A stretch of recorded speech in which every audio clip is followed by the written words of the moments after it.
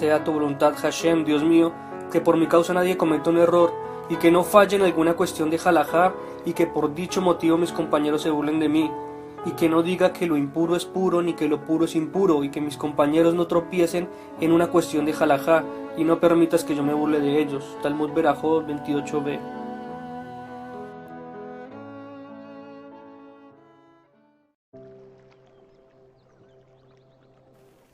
Shalom Shalom, estamos desde la Yeshiva Tefila Emet, quienes habla Liat Cohen Meshahar, también de la Yeshiva.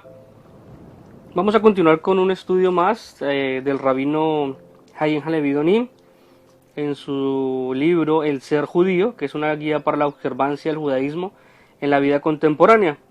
Es un libro que fue impreso por la Organización Sionista Mundial del Departamento de Educación y Cultura Religiosa para la Diáspora en Jerusalén en el año 5748 desde la creación o en el año 1988. Hoy vamos a ver un tema que lo titula la caridad. Las primeras palabras de cualquier introducción que se refiere a la forma de vida cotidiana judía debe referirse a la benevolencia, a lo que conocemos como el Hesed, porque creemos que la fe religiosa judía y la observancia del ritual tienden por sobre todo a lograr una perfección en las relaciones humanas y a crear una mejor sociedad. Seguramente no podemos reseñar todas las leyes, enseñanzas o pautas de la fe de la ley judía en este terreno, pero podemos hacer una pequeña selección que refleje la amplia gama de preocupaciones éticas que incumben hacia la ley judía. Debemos también recordar que el gran sabio Hillel resumió la esencia del judaísmo diciendo: no harás a los demás lo que es aborrecible para ti. Es una reformulación de este aforismo que llegó a ser conocido posteriormente como la regla de oro en el cristianismo. A comienzos del siglo II de la era común, Rabbi Akiva citó el versículo de Levítico 19:18: amarás a tu prójimo como a ti mismo. Como resumen de la esencia misma de la Torá, cuando Rabbi Yohanan ben Zakkai pidió a sus discípulos que investigaran cuál es el buen camino que un hombre debe seguir, todas las respuestas fueron expresadas en términos éticos. La respuesta que más le atrajo fue la de Rabbi Eliezer ben Aroj, que dijo: un buen corazón, porque esta cualidad, dijo el maestro, comprende todas las demás. Cuando el Talmud habla de las características de Israel, no hace únicamente en términos de observancias y disciplinas rituales, más bien adopta criterios humanos. Este pueblo, o sea el pueblo judío, posee tres características que le distinguen. Es misericordioso, es un pueblo modesto y realiza actos de bondad. Eso está en Yevamot 79.1. Todos aquellos que poseen estas características son considerados dignos de formar parte del pueblo. Por el contrario, los judíos que han carecido de estas cualidades han sido considerados miembros indignos del pueblo. Maimónides llegó incluso a declarar que hay razones para sospechar de las creencias de los judíos, de un judío de una persona cruel. Eso según el Isurei Vía 19 y 17. Cuando los rabinos de la antigüedad quisieron destacar las características que diferenciaban a los judíos de los antiguos idólatras, no lo hicieron dando razones teológicas, de que los judíos adoraban un solo Dios y los paganos eran idólatras o no tenían Dios, como los ateos, o de que los judíos descansaban un día por semana y los paganos no, o de que los judíos cumplían ciertas disciplinas rituales y los paganos no. Aunque todas las anteriores eran características importantes y distintivas del pueblo judío y de su modo de vida, ellos pusieron énfasis en que el judío es misericordioso, modesto y caritativo. El buen corazón es en efecto el primer requisito talmúdico para que un individuo sea verdaderamente piadoso y observante. La ausencia de un buen corazón, que puede presentarse de innumerables maneras, es una mancha en la integridad religiosa del individuo, un acto ético, un acto de bondad o caridad que no se lleva a cabo por motivos ulteriores, sino que se hace en creencias que también hace el acto de la voluntad de Dios y pertenece a la categoría de un acto religioso y constituye el cumplimiento de un precepto religioso. En la medida en que proporciona una satisfacción espiritual, es experiencia religiosa legítima. El Talmud dice que la persona que aspira a la piedad y a la santidad debe cumplir todas las leyes de Nesikim, según nos lo dice Baba Kama 30. Estas leyes se refieren a asuntos pecuniarios, civiles y criminales. En esa misma medida, los actos de injusticia, de brutalidad y de deshonestidad, de engaño, de difamación o de malicia, no solo son transgresiones religiosas contra Dios, sino también ofensas contra el hombre. Se las considera pecados religiosos graves, más graves que incluso las violaciones del ritual. Como por ejemplo se puede considerar la plegaria de Al-Het por los pecados, que ocupa un lugar central en el servicio de Yom Kippur, y consiste esta primordialmente en una ordenanza de transgresiones ético-morales, más que del ritual. Los preceptos de Yom Kippur acentúan el hecho de que Dios perdona las transgresiones contra él mismo, pero no las transgresiones cometidas contra otro hombre, o a menos que se obtenga el perdón de la parte que es afectada y que se le den las reparaciones que correspondan. Los sabios no vacilan en desechar el valor de un precepto ritual si éste al cumplirse causa una transgresión. Cumplir una mitzvah cometiendo a su vez una transgresión no tiene validez ni mérito. La persona que roba y sea un sea de trigo y que escrupulosamente toma de la masa y la cantidad requerida para una ofrenda de acuerdo a la ley divina, ¿qué clase de bendición debería recitar? Diga lo que diga, no será una bendición sino una imprecación, según el Sanedrín 6. De acuerdo al Talmud, la santificación misma del nombre de Dios, y de la credibilidad de la vida religiosa depende del hecho de la cualidad de la vida ético-moral. Si alguien estudia las escrituras y la Mishnah, escucha a los sabios, es honesto en sus negocios y habla a la gente con amabilidad, ¿qué dice entonces la gente de él? Bienaventurado el padre y el maestro que le enseñó la Torá, porque este hombre estudió la Torá. Mirad qué puro es su proceder, cuán virtuosas son sus obras. Pero si alguien estudia las escrituras y la Mishnah y escucha a los sabios, pero es deshonesto en sus negocios y es cortés en las relaciones con la gente, ¿qué dicen de él? Lástima por el que estudió la Torá, lástima por su padre y su maestro que le enseñaron la Torá. Mirad qué corruptas son sus obras, qué perverso su proceder. Esto lo encontramos en Yomá 86.1. Para que una persona que tenga instrucción religiosa o que observe el ritual, actuar de una manera que le haga merecedora de estas observaciones, es considerada como una profanadora del nombre divino, lo que conocemos en hebreo como Hilul Hashem, una transgresora de magnitud espiritual suprema. Al poner énfasis en la prioridad de los valores divinos, un sabio del Talmud enseña que la primera pregunta que se hace a una persona cuando es conducida a su juicio final es: ¿has actuado con integridad y de buena fe? Y esto nos lo dice Shabbat 31.1. Samuel David Luzzatto, un sabio rabino que vivió en Italia hace aproximadamente 100 años, expresó en sus Yesodei HaTorah, fundamentos de la Torah, el punto de vista que la Torah se basa en 3 fundamentos, el primero de los cuales es la compasión. La cualidad de la compasión escribe, es la raíz del amor, de la bondad, de la justicia, y por sí misma nos lleva a realizar buenas acciones sin motivos ulteriores. En una nota agrega Luzzatto que la compasión, que es la raíz del amor y la bondad, es también la fuente del amor y de la bondad. Es también la fuente del amor, de la justicia y del odio a la violencia. Y que la compasión se extrae del amor por la rectitud y la justicia. De este modo, no considera a la rectitud e incluso a la justicia como virtudes independientes, sino como una extensión de las virtudes de bondad y compasión.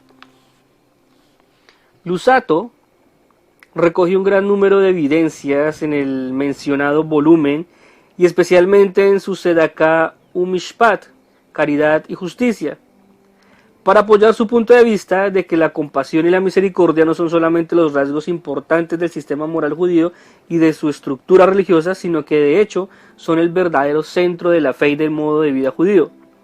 Aunque Losato destaca que la emoción como elemento determinante en la conducta y como factor ético más importante que es la razón, a diferencia de Maimónides que pone en énfasis a la influencia de la razón, es necesario señalar que uno de los sabios rabínicos contemporáneos mundiales de mayor importancia, Rabbi Yosef Ben Soloveitchik, destaca tres tradiciones, los Masoret, tres corrientes que han recorrido históricamente el judaísmo y que han constituido la base misma de la fe.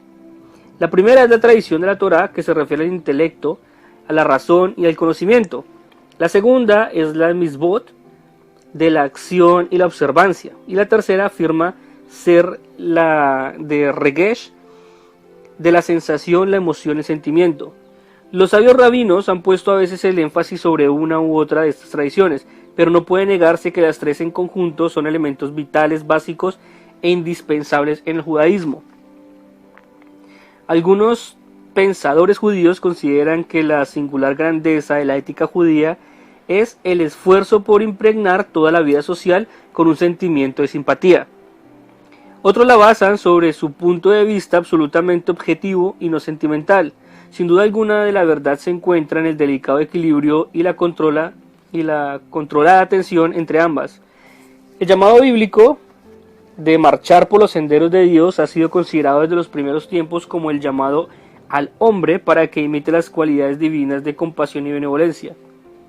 Ahora, pues Israel, ¿qué pide al Señor tu Dios de ti mismo, sino que temas al Señor tu Dios, que andes en todos sus caminos? Esto lo encontramos en Deuteronomio 10:12, sobre lo que constituye el camino de Dios. Nos enseñan las antiguas fuentes. Así como Él es bondadoso, debes serlo también tú. Así como Él es misericordioso, también debes serlo tú. Así como es pleno de benevolencia y verdad, también tú. Y lo dice Shabbat 133:4. El libro del profeta Miqueas lo dice claramente. Oh hombre, se te ha dicho lo que es bueno y que pide el Señor de ti, hacer justicia, amar el bien y caminar con humildad ante tu Dios. Lo dice Miqueas 6:8. En su libro Ahavat Chesed, el Hafetz Haim destaca que toda la Torá está impregnada de este concepto de benevolencia. También los profetas de Israel condenaron la indiferencia del pueblo ante el sufrimiento humano, ante la desigualdad y las injusticias sociales cuando reprendían a Israel por renegar de las leyes de Moisés y los mandamientos divinos. Isaías, Jeremías y Miqueas no condenaron al sistema de sacrificios del templo en sí mismo, sino que su crítica estaba dirigida a las plegarias y los cantos, o sea, la forma de culto que se practicaba incluso en nuestros días. Lo que condenaron fue una religión que se reducía solo a una especie de rito, ya sea que ese rito se exprese en forma de sacrificios o plegarias, en forma de asambleas solemnes en atrio del antiguo templo o en los santuarios contemporáneos, y que carecía de los principios esenciales de justicia y misericordia, benevolencia y rectitud. Insistieron que tal menosprecio de los preceptos divinos en el trato entre el hombre y sus semejantes constituye una burla a los mandamientos entre el hombre y Dios, y es considerado por él como una abominación. Con benevolencia y justicia, o sea, con Gesed o Mishpat, todo lo demás de la vida religiosa es grato. Sin ello, todo lo demás es despreciable. Si una persona no da señales de misericordia, dice una antigua fuente, ¿en qué se diferencia entonces de una bestia que puede quedar indiferente y no sentir la angustia de sus congéneres? Shimón el justo solía decir: el mundo se sostiene sobre tres fundamentos, sobre la Torá, sobre el culto y sobre la caridad. Según lo dice el Pirkei Avot 1.2. La Mishnah incluye la caridad entre otras cosas cuyo valor no tiene límites. Y le está en la Mishnah Pea 1. El constante énfasis sobre la justicia, sobre la compasión y sobre la benevolencia durante largos periodos de tiempo no fue en vano. La compasión y la justicia social se convirtieron en un sello divino de la vida comunitaria judía, e incluso en las centurias que precedieron a la era común, y así se perpetuaron también a lo largo de los siglos.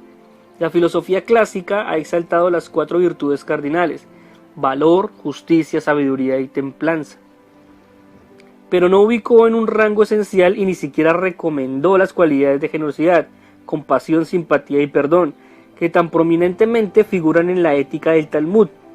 Si alguna vez han existido diferencias de opinión entre el judío y el gentil sobre lo que es justicia y equidad, esto puede deberse a que las opiniones del judío sobre la justicia y sobre la equidad invariablemente implican cualidades que a veces el mundo gentil ha despreciado como símbolo de debilidad y cobardía.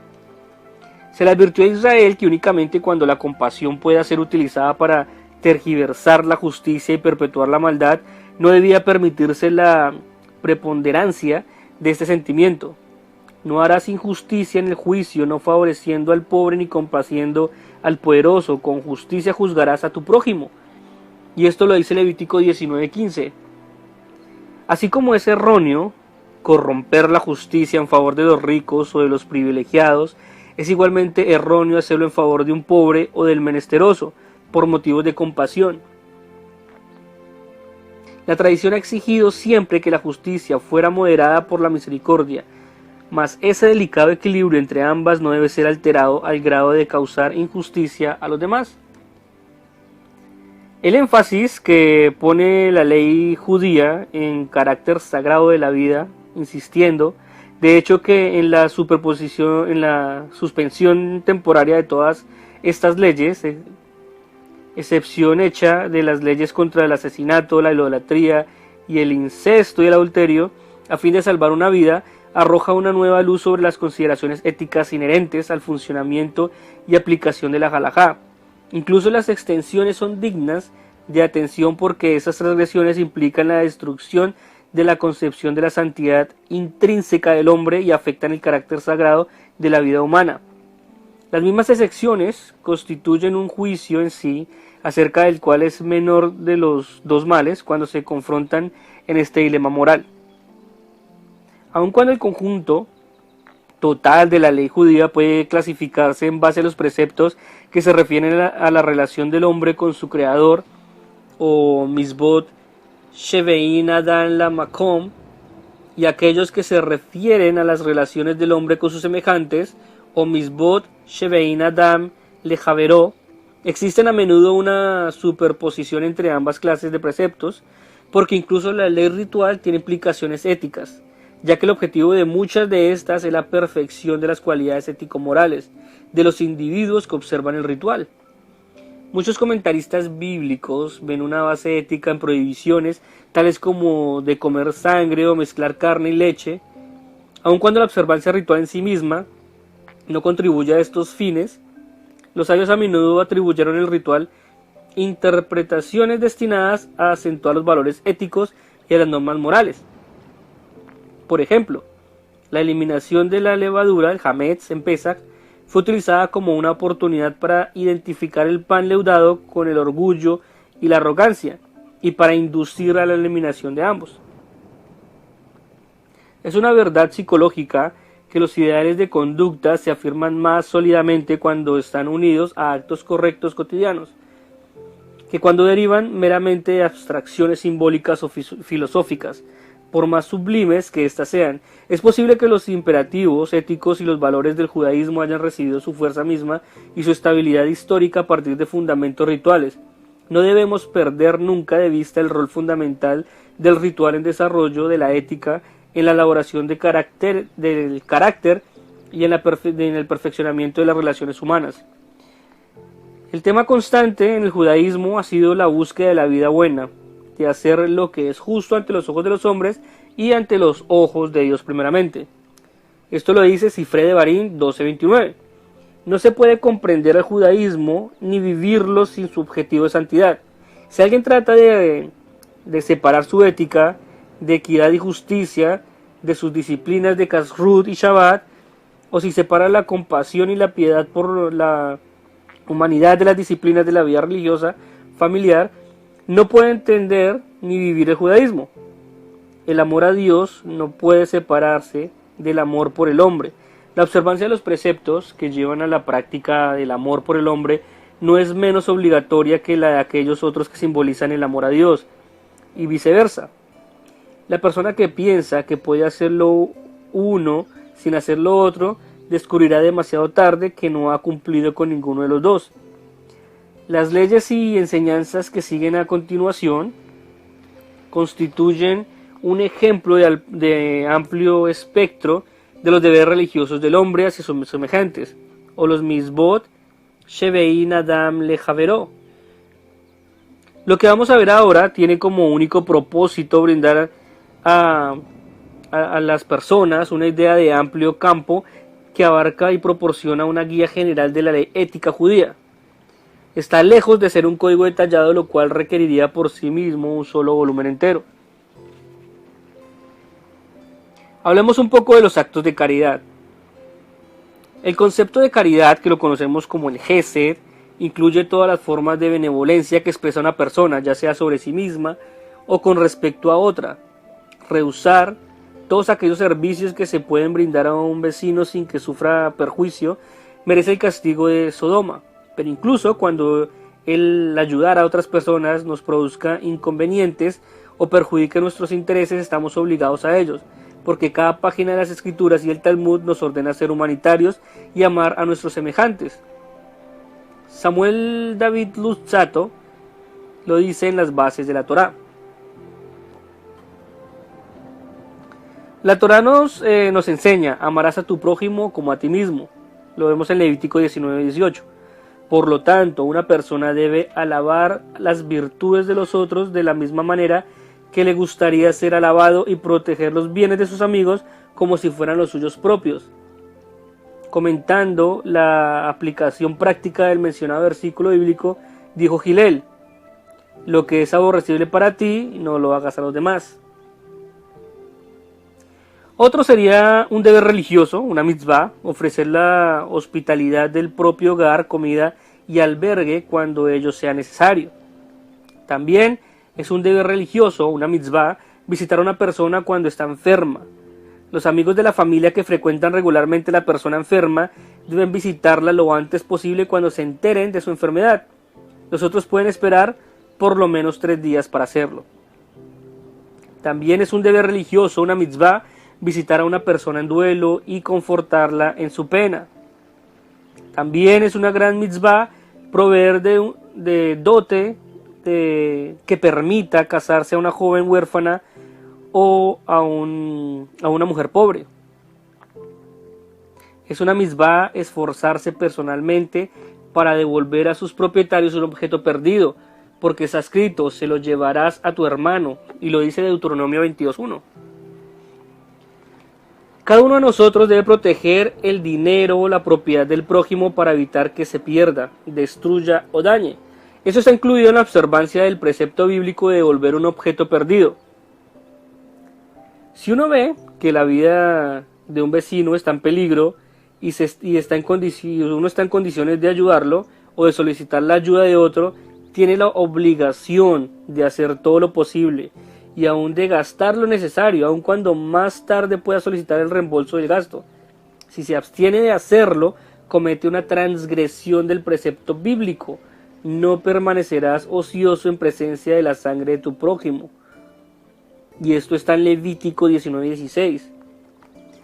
Rabí Yoshua dijo: el ojo perverso, que es la envidia, la inclinación perversa, que es la codicia, y el odio a la humanidad colocan al hombre fuera de este mundo. ¿Qué es el odio a la humanidad? Es cuando uno dice: ama a los sabios pero odia a los discípulos, o sea, a los estudiantes. Ama a los discípulos pero odia a la gente simple. Veamos un poco sobre las leyes de la caridad. La sedaká significa literalmente justicia, pero se la utiliza generalmente para significar caridad.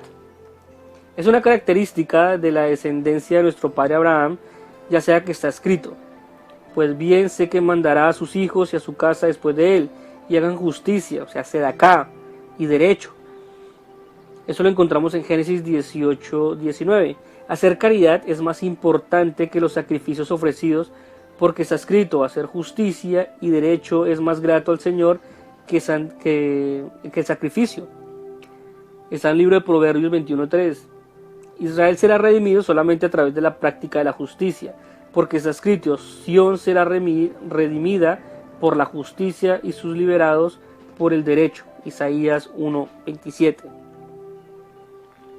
Es un precepto bíblico dar caridad al pobre porque está escrito: si hubiera en medio de ti un necesitado entre tus hermanos, le abrirás tu mano.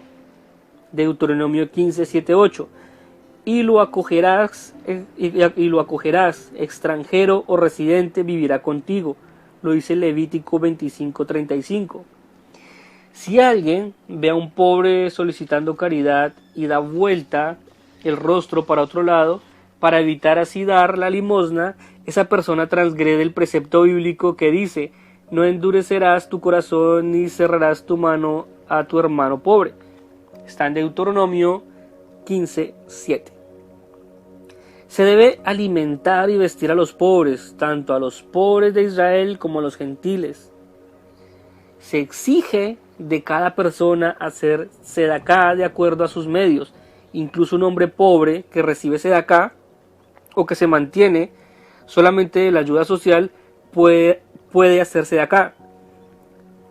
Aun si solo puede ofrecer algo mínimo, ese poco es más valioso que las grandes sumas entregadas por los ricos.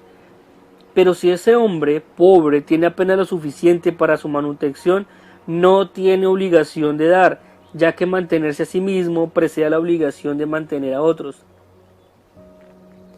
¿Cuánta sedaká debe dar una persona? Una cantidad promedio sería la 10ª parte de lo que una persona gana durante el año. En nuestros días, en que se pagan impuestos al gobierno, esos impuestos generalmente se deducen de los salarios, se debe considerar que el ingreso es la suma neta a disposición de una persona después de pagar sus tributos. Todo aquel que demuestra compasión por otros, se le muestra a su vez compasión a él, porque está escrito: el Señor te haga gracia y misericordia y te multiplique, dice Deuteronomio 13:18. Ofrecer dádivas aún a los propios padres, si es que estos necesitan esa ayuda, es considerado también como una observancia de la misbah de sedaká. El pobre de la propia familia tiene precedencia sobre el pobre de la propia ciudad. El pobre de la propia ciudad tiene prioridad sobre el pobre de otra ciudad, y los habitantes pobres de la Tierra Santa tienen prioridad sobre los habitantes pobres de la diáspora. Está prohibido dejar irse a una persona pobre con las manos vacías, y debe dársele por lo menos una pequeña cantidad. Si no se tiene nada para darle, se debe al menos mitigar los sentimientos de la persona pobre con palabras reconfortantes.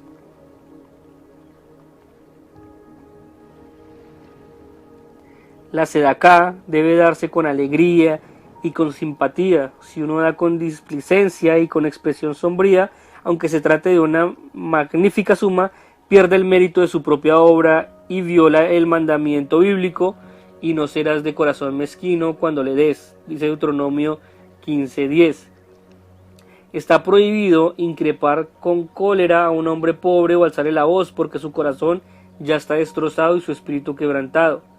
Desgraciado aquel que avergüenza a un hombre pobre. Hay 8 estados o grados de caridad, cada uno más elevado que el anterior, en orden ascendente. Son los siguientes. El 8º y más bajo grado de caridad es cuando se hace desgano. Eso quiere decir que lo hace como porque sí, como porque le tocó. No tiene como ese sentimiento de darlo, sino solamente lo dio porque sí. Cuando se hace a desgano, como sin sentimiento. El séptimo nivel es cuando se da menos de lo que se puede, pero con alegría. El 6º nivel es cuando se da directamente al pobre cuando aquel lo solicita. El 5º nivel es cuando se da la limosna directamente al pobre sin que éste lo solicite. El 4º nivel es cuando es el de la donación indirecta. El que recibe conoce al donante, pero aquel no conoce la identidad del beneficiado. El 3er nivel, el donante conoce la identidad del que recibe, pero el que recibe no conoce la identidad del donante. En 2º nivel, el donante no conoce a aquel que recibe, y a su vez el que recibe no conoce al donante. Cuando se contribuye a un fondo de caridad se da de esta manera. Fondos comunales administrados por personas responsables entran también en esta categoría. Pero la forma más elevada de caridad es ayudar a mantener a una persona antes de que se empobrezca, ofreciéndole una ayuda sustancial en forma digna, otorgándole un crédito adecuado o ayudándole a encontrar un empleo o establecer un comercio, de manera que no se vea obligado a depender de otros. Inspirar a conducir a otros que realicen sedacá es de una gran virtud y merece una recompensa más grande que la que merece el donante. De aquellos que lo hacen está escrito, y los que enseñan la justicia y la multitud resplandecerán como las estrellas y perpetúa la eternidad. Daniel 12:3. Una promesa de sedacá debe ser cumplida inmediatamente. Demorarse cuando es capaz de cumplir inmediatamente una promesa es una violación del precepto bíblico. Cuando hicieres un voto a tu Señor, tu Dios, no tardes en cumplirlo, y lo dice Deuteronomio 23:21. Sin embargo, si cuando se formula la promesa se entiende que se cumplirá en un tiempo determinado, puede esperarse en ese momento. Todas las reglas anteriores sobre la sedacá se refieren a las obligaciones y deberes del donante. Hay otras reglas que se refieren al beneficiario potencial. Una persona debe tratar de no convertirse en una carga pública y de no depender de los demás. Incluso un sabio distinguido o una persona notable, empobrecidos, deberán preferir un trabajo manual, aún de la clase más humilde, antes de depender de la caridad ajena. Los sabios nos enseñaron a actuar de esta manera y nos dieron ejemplos para ello. Pero si no se puede subsistir sin que se reciba sedacá, no se debe vacilar en aceptarla. Si esa persona es orgullosa y renuncia a la sedacá, se le compara con aquel que se quita la propia vida y que a su pena se agrega su transgresión. Es un deber religioso, una misbá, prestar dinero al pobre, porque está escrito: si prestas dinero a uno de mi pueblo, a un pobre que habita en medio de nosotros, lo dice Éxodo 22:21. Aunque las escrituras indican que en el versículo con sí, nuestros sabios consideran que este sí quiere decir cuando, es decir,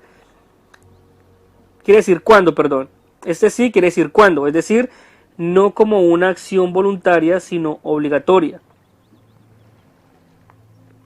Lo repito, es un deber religioso, una misbá, prestar dinero al pobre, porque está escrito: si prestas dinero a uno de mi pueblo, a un pobre que habita en medio de vosotros. Éxodo 22:24. Aunque las escrituras indican en el versículo con un sí, nuestros sabios consideran que este sí quiere decir cuándo, es decir, no como una acción voluntaria, sino obligatoria. La mitzvah de prestar dinero al pobre es más importante que la mitzvah de darse acá a aquellos que la soliciten. Esos últimos se encuentran en la obligación de pedir, pero el primero todavía no se ha visto reducido a esta situación. Incluso si un hombre rico pide prestado, es una mitzvah prestarle también a este hombre. Es meritorio ofrecer un consejo y orientación beneficioso. Está prohibido exigir la restitución de un préstamo cuando se sabe que la otra persona no tiene aún los medios para hacerlo. La Torá dice: no te portarás con él como acreedor. Éxodo 22:24. Igualmente está prohibido diferir de la devolución del préstamo cuando se posean los medios para pagarlo, ya que está escrito: no digas a tu prójimo vete y vuelve mañana, te lo daré. Proverbios 3:28. Está prohibido. No digas a tu prójimo vete y vuelve mañana. La persona que tiene en su posesión fondos de otra, ya sea en calidad de préstamo, debe ser devuelto, o como salario que debe ser pagado, y que no lo hace, sino que se demora y le dice al otro: vete y vuelve, que mañana te lo daré. Viola el mandamiento: no oprimas a tu prójimo, según Levítico 19:13. Ahora vamos un poco a las leyes referentes a la calumnia, la venganza y la impostura. La Torá establece: no andarás difamando entre tu pueblo, Levítico 19:16. Un difamador es aquella persona que donde se va repite: escuché esto y aquello sobre este y aquel otro. Incluso si lo hace, dice: es cierto, transgrede el mandamiento. La habladuría es un gran pecado y hasta puede ser causa de derramamiento de sangre, literal o figuradamente. Y es por eso que este precepto está seguido inmediatamente por el de no permanecerás ocioso ante la sangre de tu prójimo. Hay un pecado más grave aún que está incluido en esta prohibición y es la calumnia, lo que conocemos en el hebreo como la shon hará, que se refiere a la persona que desacredita a otra diciendo cosas desfavorables de ella, incluso si éstas son verdaderas. El que difunde falsedades es llamado propagador de rumores perversos, maliciosos y falsos, o motzi shem ra. Es el más bajo de lo bajo y es considerado como un leproso moral. El relato jasídico cuenta de un hombre que difamaba al rabino de su comunidad y propagaba maliciosamente mentiras sobre él. Un día sintió remordimiento por lo que hacía y visitó al rabino para pedirle perdón. Le señaló que estaba dispuesto a hacer lo que fuera necesario para compensar el mal que había causado. El rabí le dijo que tomara varias almohadas de plumas de su hogar, las cortara y que esparciera las plumas al viento. Aunque era un pedido extraño por parte del rabino, fue relativamente simple a ejecutarlo. Cuando hizo lo que se le pidió, regresó para informar al rabino. Ahora, dijo el rabino, anda y recoge todas las plumas, porque a pesar de tus remordimientos obviamente sinceros y de tu voluntad de reparar el mal que has hecho, es tan imposible reparar el daño causado por tus palabras, como es lo de recobrar todas las plumas derramadas por el viento. La persona que sin protestar escucha a una lengua viperina tiene el carácter moral de lo más bajo que el dueño de la mala lengua. Si no fuera por los que están dispuestos a escuchar, no se causaría ningún daño. Hacer observaciones maliciosas o entregarse a habladurías indecentes, no con su propósito malévolo, sino por ligereza, al estilo de estoy bromeando solamente, raya en la categoría de una mala lengua. La persona que insiste en alabar a otra persona en presencia de los enemigos de esta última, estimulándolos a responder con críticas y enumeración de los defectos de aquella, no causa ningún bien, sino que por el contrario produce únicamente daño. 4 clases de personas no son dignas de la presencia divina, es decir, Dios no está presente entre ellos: los ociosos, los lisonjeros, los falsos, mentirosos y aquellos que hablan con lengua viperina. Está prohibido tomar venganza. Esto incluye una violación al mandamiento de la Torá. No te vengarás, lo dice Levítico 19:18. Nuestros maestros religiosos nos aconsejan que si alguien está poseído por un poderoso deseo de venganza, debe tratar de acrecentar sus propias cualidades buenas. Ha de dejar que esta sea su venganza, agregaron, ya que seguramente su enemigo se sentirá molesto escuchando cómo son ensalzadas sus virtudes y su buen nombre es propagado. Por otro lado, si se recurre a las malas acciones, el enemigo se regocijará ante la vergüenza, y el descrédito que causa a sí mismo, y que de esta manera encontrará el otro su venganza. Está prohibido alimentar el rencor. También esto es una transgresión de la Torá. Ni guardarás rencor, lo dice de Levítico 19:18. Está prohibido maldecir a otra persona en cualquier forma o lenguaje. Está prohibido perjudicar a alguien con palabras, insultar, causar angustia o dolor. Perjudicar con palabras es un pecado más grave, aunque perjudicar en asuntos de dinero, porque esto último puede ser reparado, puede indemnizarse en asuntos de dinero, y lo primero no puede repararse. Lo último va con las posesiones de una persona, y lo primero está dirigido contra la persona misma. La Torá establece: y no engañe ninguno a su prójimo, sino temed a vuestro Dios, y lo encontramos también en Levítico 25:17. Perjudicar con palabras incluye también cualquier declaración que pueda causar dolor o pena a otro, cualquier comentario que pueda herir a otro trayéndole recuerdos desagradables del pasado, o que pueda ser insultante o embarazoso para la persona que lo escucha. También está prohibido llamar a alguien con su sobrenombre ofensivo, incluso si la persona a la cual va dirigido ya está acostumbrada a escucharlo y no se siente molesta por ello, en tanto que él, que lo ha causado, ha tenido la intención de avergonzar al otro y poner énfasis deliberadamente en el significado despreciativo de este sobrenombre. También está prohibido avergonzar a otra persona, sea niño o adulto, ya sea por medio de palabras o de actos, tanto en privado y muy especialmente en público. No se puede llamar a una persona por su nombre que lo avergüence, es decir, cosas que puedan abochornarlo delante de los demás. De esas acciones está dicho que el que avergüenza a otro en público es como si hubiera derramado sangre, y que el que expone a una persona a la vergüenza pública o al ridículo no participará del mundo venidero. También está prohibido robar, frustrar los pensamientos de otro. Se llama el Genevat Da'at, o sea, engañar a otra persona incluso en asuntos que no tengan que ver con dinero. Algunos ejemplos de robar pensamientos son los siguientes. Una persona no debe insistir en que su amigo coma con él, con el propósito de poner a prueba de esa manera su amistad, cuando se sabe que este amigo no puede o no quiere aceptar la invitación. Una persona no debe ofrecer un obsequio sabiendo de antemano que no será aceptado. Está prohibido. También está prohibido que una persona venda carne no kasher, no apta para el consumo humano, incluso a un no judío, si aquel cree que está comprando carne kasher. El corazón y la boca de un hombre deben ser los mismos. Una persona no debe hablar de manera y pensar en forma diferente. Esto se conoce como hipocresía. Del versículo tendréis medidas justas, lo dice Levítico 19:36, los sabios llegaron a la conclusión de que el sí de un hombre debe ser sí y su no debe ser no. Es decir, debe ser un hombre de palabra. Cuando dice sí, es sí, cuando dice no, es no. Debe ser un hombre de palabra. Una persona debe cumplir con su palabra, inclusive cuando ésta no fue dada en forma de juramento o promesa. El que no lo hace carece de integridad y de espíritu. De los sabios se apena ante esta conducta. De este modo, una persona que dice a su amigo que tiene la intención de hacerle un obsequio y no lo hace, carece de integridad. Esto así es cuando el beneficiario potencial tomó la promesa al pie de la letra y creyó que lo recibiría.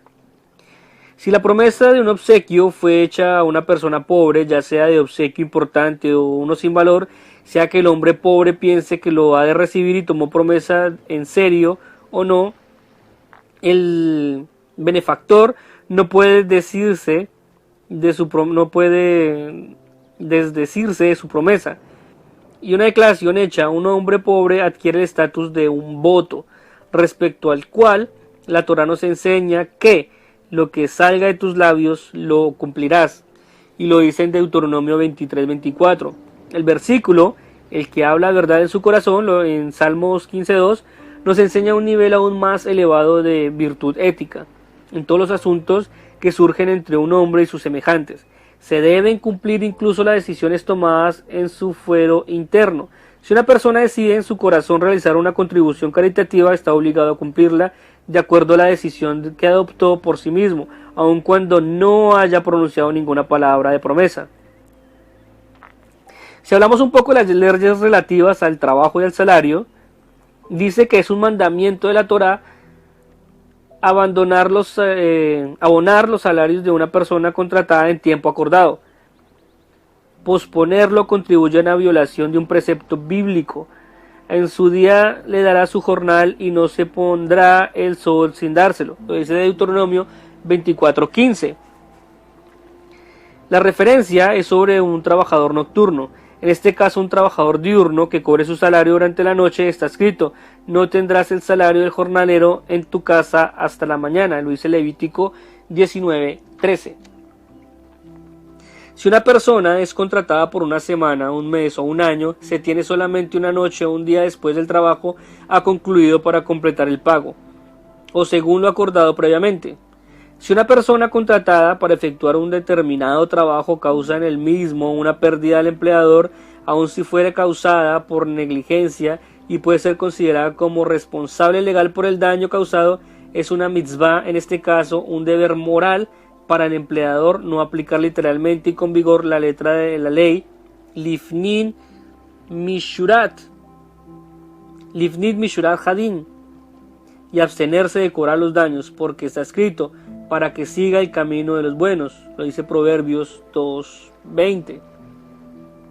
Lo repito, si una persona contratada para efectuar un determinado trabajo causa en el mismo una pérdida al empleador, aun si fuere causada por negligencia y puede ser considerada como responsable legal por el daño causado, es una mitzvah, en este caso un deber moral, para el empleador no aplicar literalmente y con vigor la letra de la ley, livnin shivurat hadin, y abstenerse de cobrar los daños, porque está escrito para que siga el camino de los buenos. O sea, la persona, si haya causado el daño, deben pagar su salario.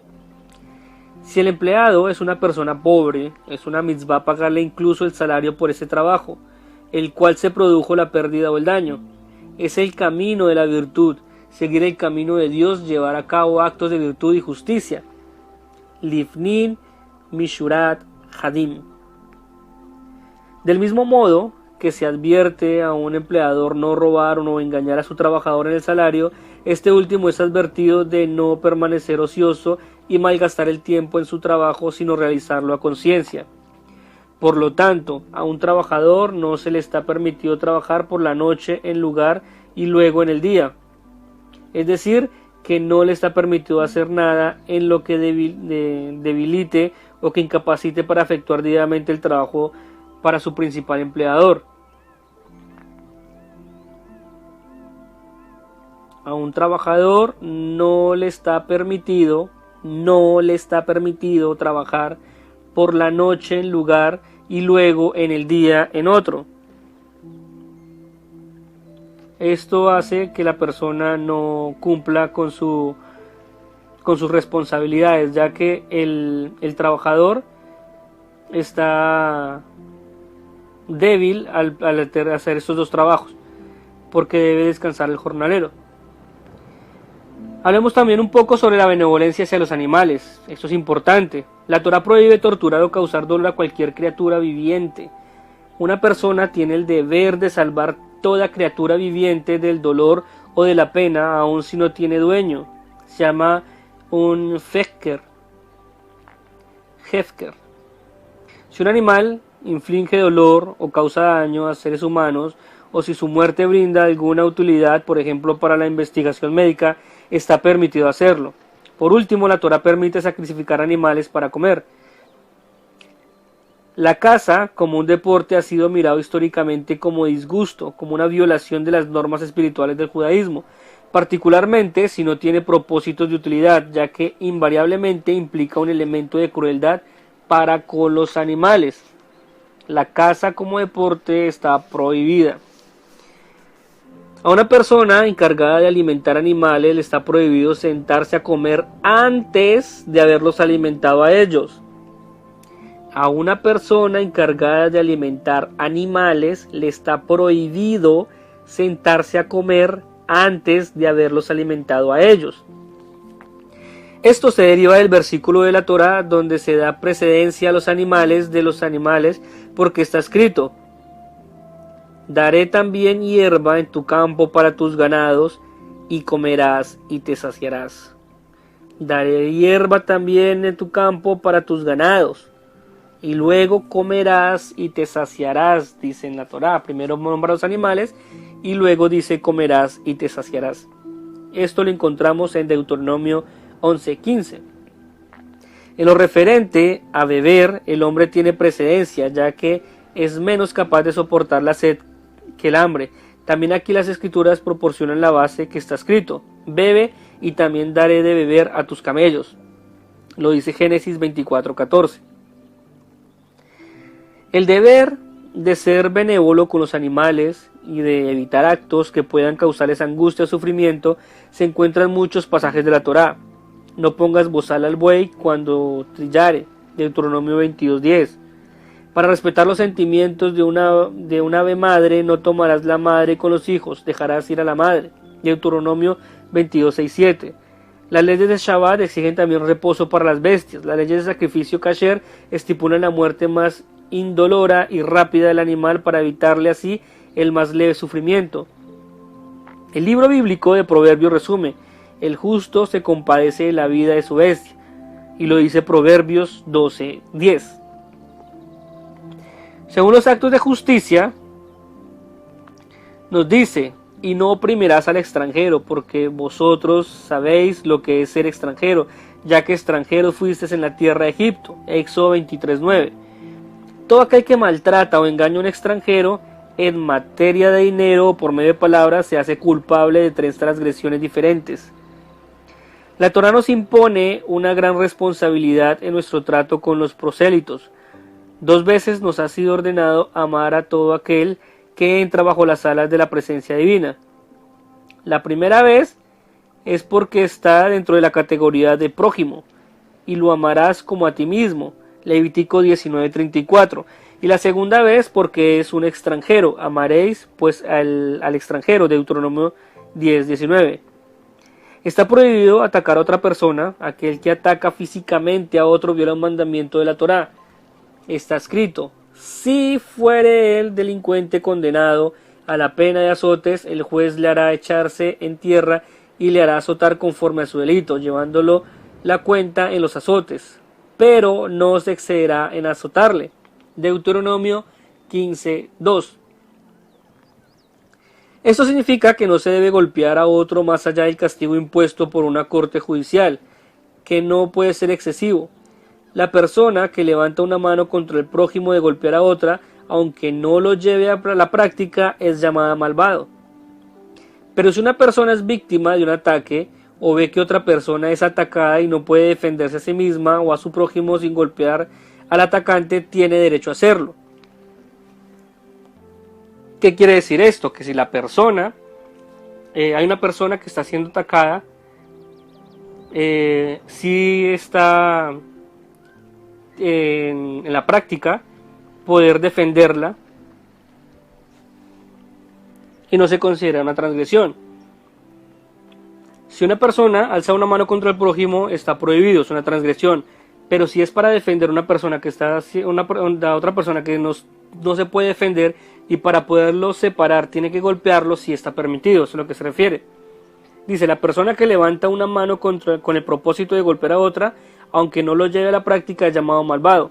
Pero si una persona es víctima de un ataque o ve que otra persona es atacada y la otra persona no puede defenderse a sí misma o a su prójimo sin golpear al atacante, tiene derecho a hacerlo.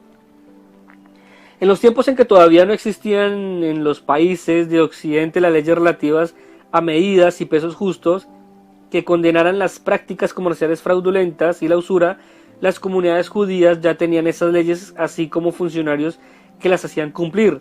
Las bases de estas disposiciones están en la Torá. No tendrás en tu bolsa pesa grande y pesa chica. No tendrás en tu casa medida grande y medida chica. Tendrás pesas cabales y justas y medidas cabales y justas. Lo dice Deuteronomio 25:13. El Talmud en Baba Batra 88:1 aplica esto, está estableciendo que es un tendero debe limpiar sus medidas 2 veces por semana, frotar sus pesas una vez por semana y limpiar su balanza después de cada pesa, para quitar los residuos acumulados que pueden afectar la exactitud de las pesas. Todo aquello que pudiere contribuir a prácticas comerciales fraudulentas es igualmente prohibido por el Talmud. No recibas cohecho, porque el presente ciega a los que ven y pervierte las palabras de los justos, lo dice Éxodo 23:8. Con justicia juzgarás a tu prójimo, lo dice Levítico 19:15. Este precepto hace obligatorio para toda persona juzgar a sus semejantes en todas sus relaciones interpersonales, según sus propios méritos, y brindar al prójimo el beneficio de la duda, especialmente cuando los antecedentes previos de una persona sean inobjetables. Aun si es probable su culpa, sin lugar a dudas se deben buscar circunstancias atenuantes. Si una persona ve a otra cometer un pecado o apartarse de la buena senda, es su deber religioso señalar su error y hacerle retornar al buen camino. La Torá establece: enmienda a tu prójimo razonando con él, lo dice Levítico 19:17. Una persona no puede pretender que ese asunto no le incumbe. Cuando una persona reprende a otra, por asuntos entre ellos o por cuestiones rituales entre el hombre y Dios, debe hacerlo en privado y con gentileza, con palabras amables. debe quedar claro que la censura tiene como meta el provecho y el bien de la otra persona.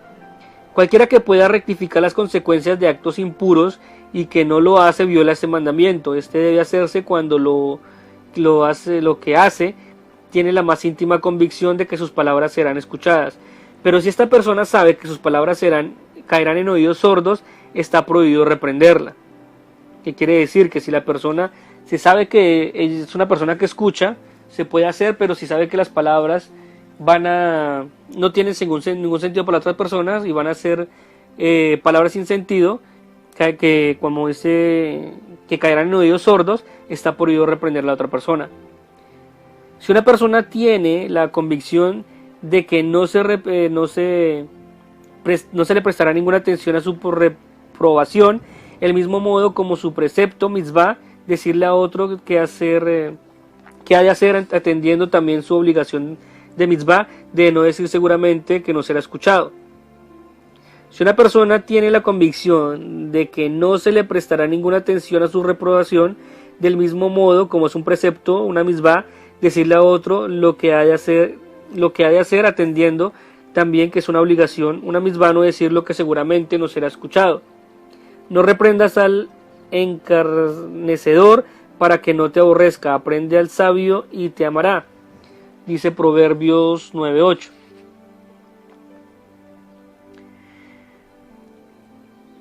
Maimónides escribió: no digas a una persona, ya que los celos, la codicia y el deseo de honores son malos caminos.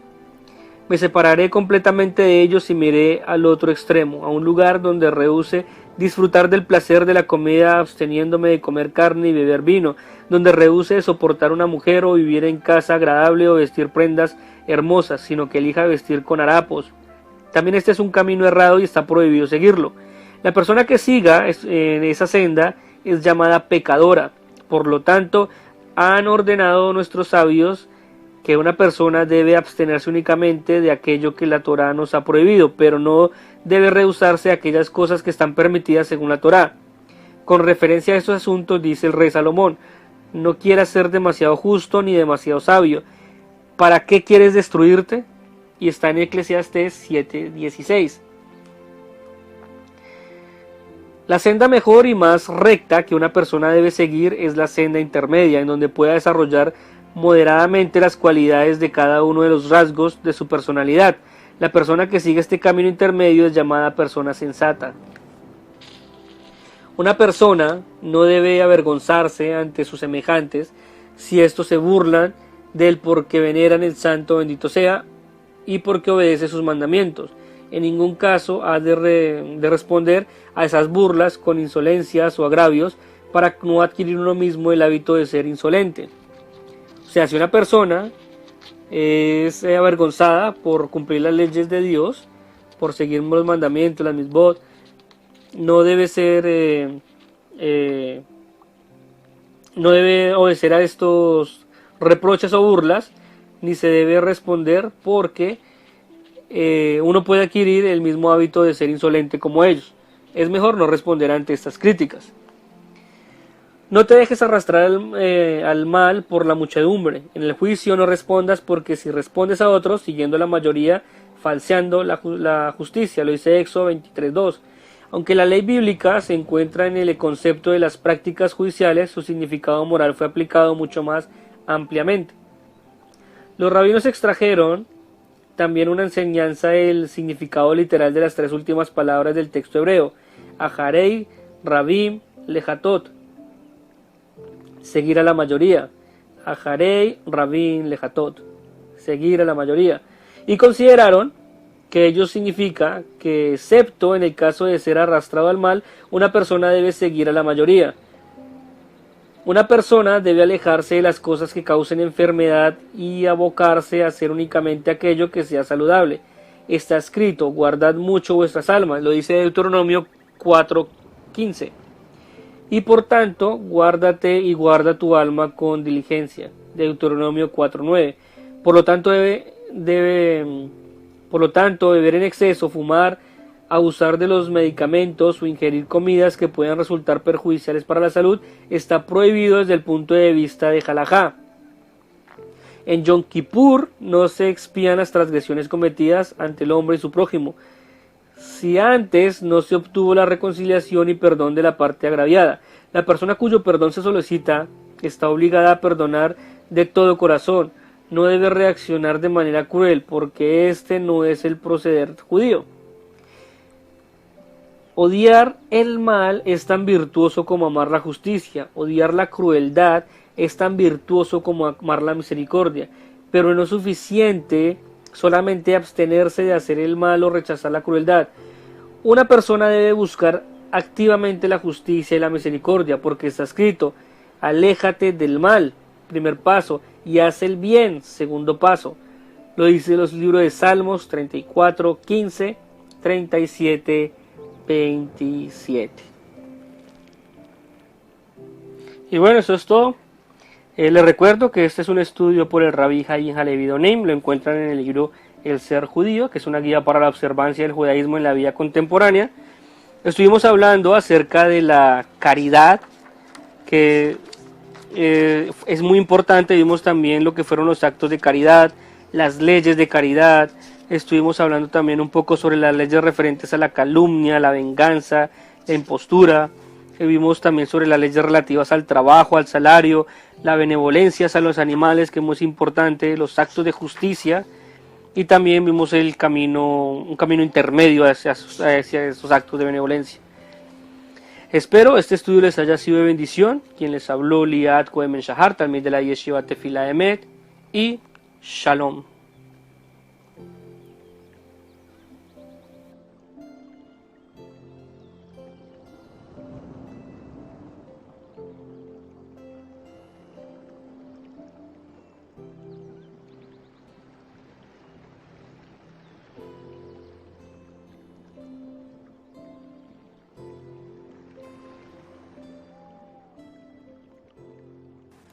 Si estás interesado en aprender hebreo bíblico con nosotros, lo puedes hacer a través de YouTube, en nuestro canal alterno Café Ivrit Ulpan, cortesía de la plataforma virtual de la Yeshiva Tefila Emet en español.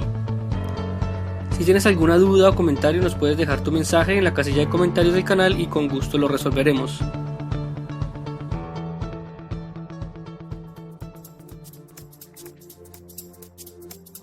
Si quieres apoyarnos con tu donación, lo puedes hacer a través de PayPal, www.paypal.me/yeshivahelp.